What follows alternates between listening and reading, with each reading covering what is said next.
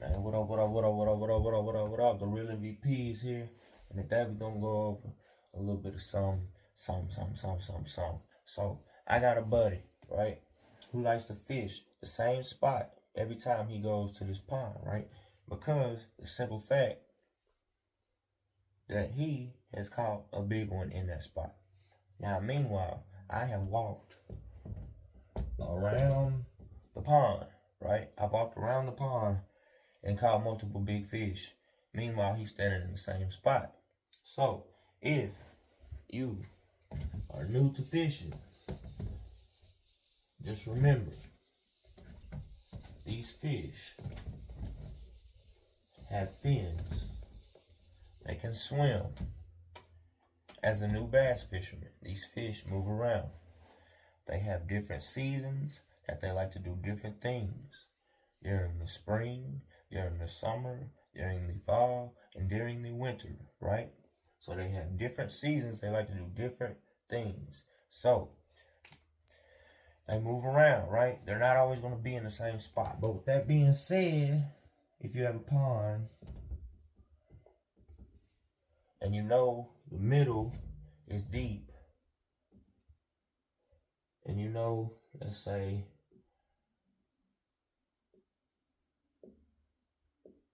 all this is shallow. You have a tree over here.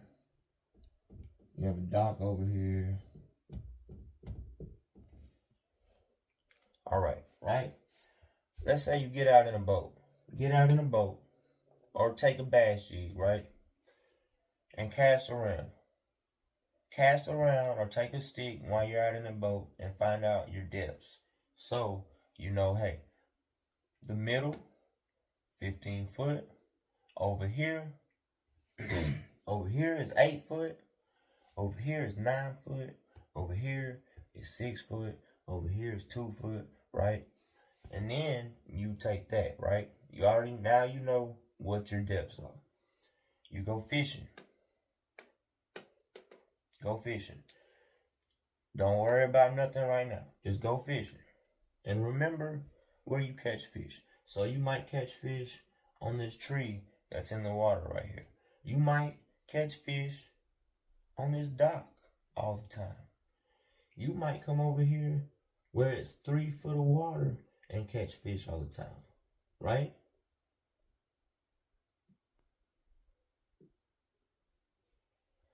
So bass move around, but they do have certain spots that they like to sit up on. So remember those spots. Now, as a pond fisherman, you have the depth of all your pond, and then now you have history as you fish, as you go along, and as you learn where you start catching fish. Just take mental notes where you caught that. Hey, I caught that on a tree. I caught that on this dock. I caught this over here in this 2 foot of water over here. And remember your baits. Because you can always go and reapply those in different areas of the pond. Right? So, now, what do we learn? We take a jig, more of a heavy jig, 1/2 ounce, 3/8, 1/2 ounce. Let it sink all the way to the bottom if you're on the bank. If you're in a boat, get in the boat, have a long stick or a rope, chain, some kind of measuring device, right? That you can measure your depth. Go around the pond and find your depths of water. Now, you take that, you just make mental note. You can even make a little map on a little piece of paper somewhere. Take that. Now you've gone fishing for, let's say, a year. You've gone fishing for a year or two, and you know, hey, that tree over here is always good. This dock over here is always good. This little area over here with 2 foot of water is always good, right? So then you don't need electronics when you go fishing, right? You are the electronics. When I say I am live scope, that's what I mean, baby. That's what I mean. Match this with the patterns. You have spring patterns, you have summer patterns, you have fall patterns, you have winter patterns, meaning these fish like to do different things during these times of the year, right? So, during the spring, they're going to come up in these shallows. If you know that this is the shallowest area of the pond over here, if you know that that is the shallowest area of the pond right there, then you know that that is where you're going to go during the spring, especially if it has harder bottom that's not as leafy and it's not, don't have as much garbage on it, right?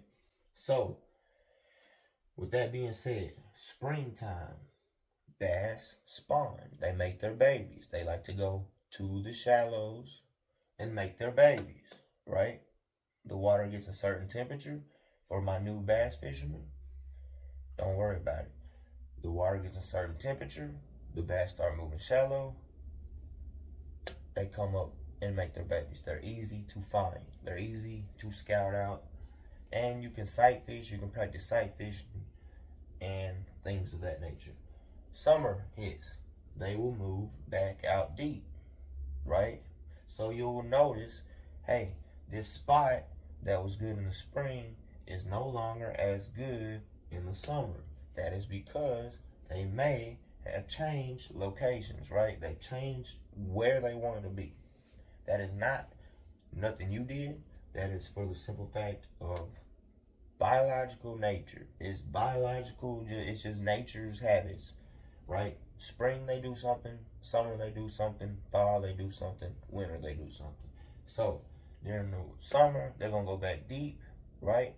If you don't have a boat, it may be harder to access some of these fish out deep if you don't have a boat.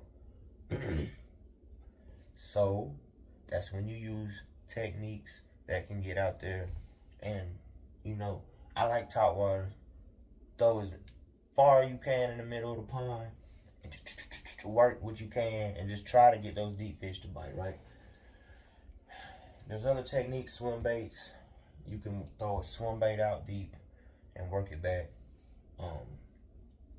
Now, some fish are still going to be in the shallows. So that is why you remember those spots that you catch these fish, because you can always check around, even though the fish, the majority has moved deep. You can always check around because some of these spots still will be holding fish, right? Then during the fall, which is what we are coming up on now.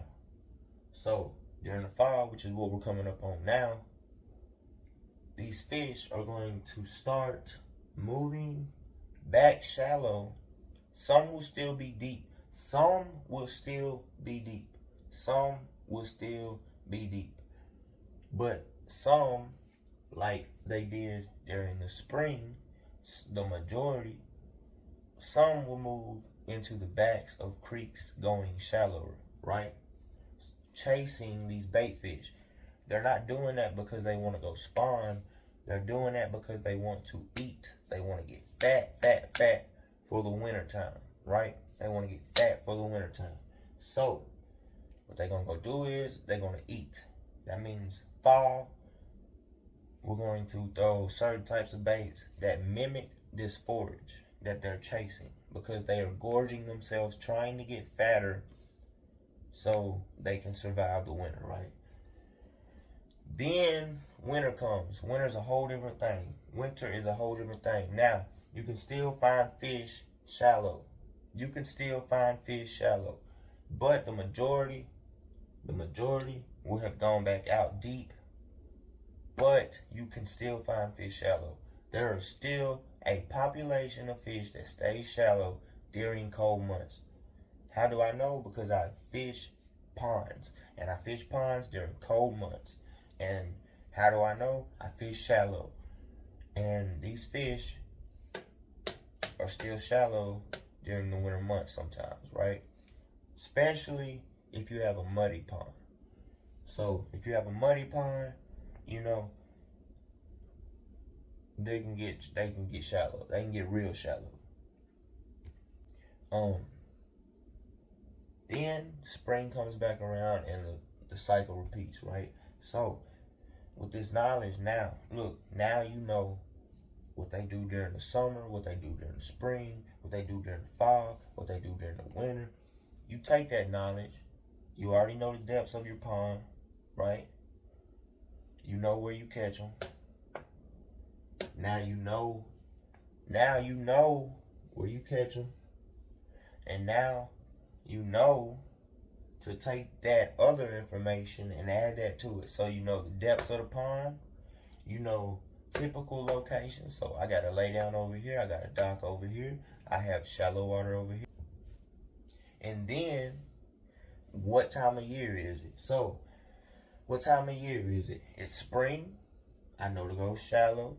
If it's summer, I know to go deep. If it's fall, I know to look around during the shallows, you know.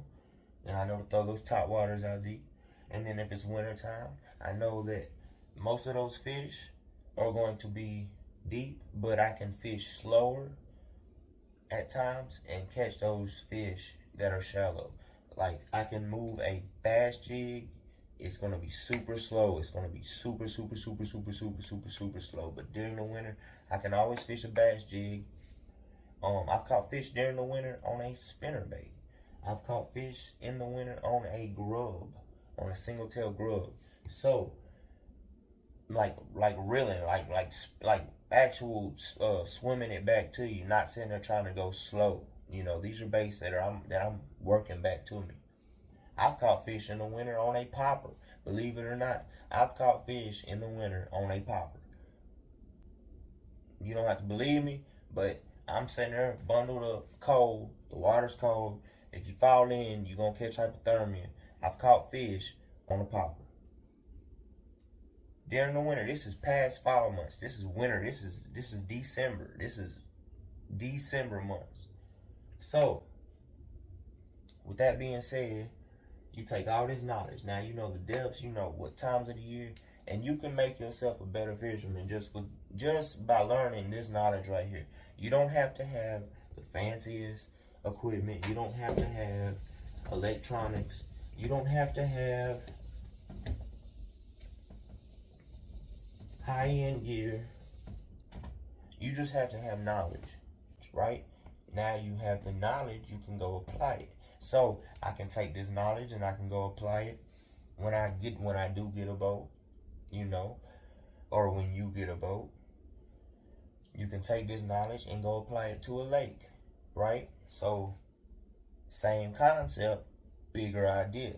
So dang, man, this lake opens up, it's big, it's huge, right? But the same concept, you will figure that out as we go. But right now we're talking ponds. Right now we're just trying to get you used to understanding what goes on in the head of a bass fisherman, right? So that's that, man. Like lakes, ponds, a little bit different story, but it's the same concept, right?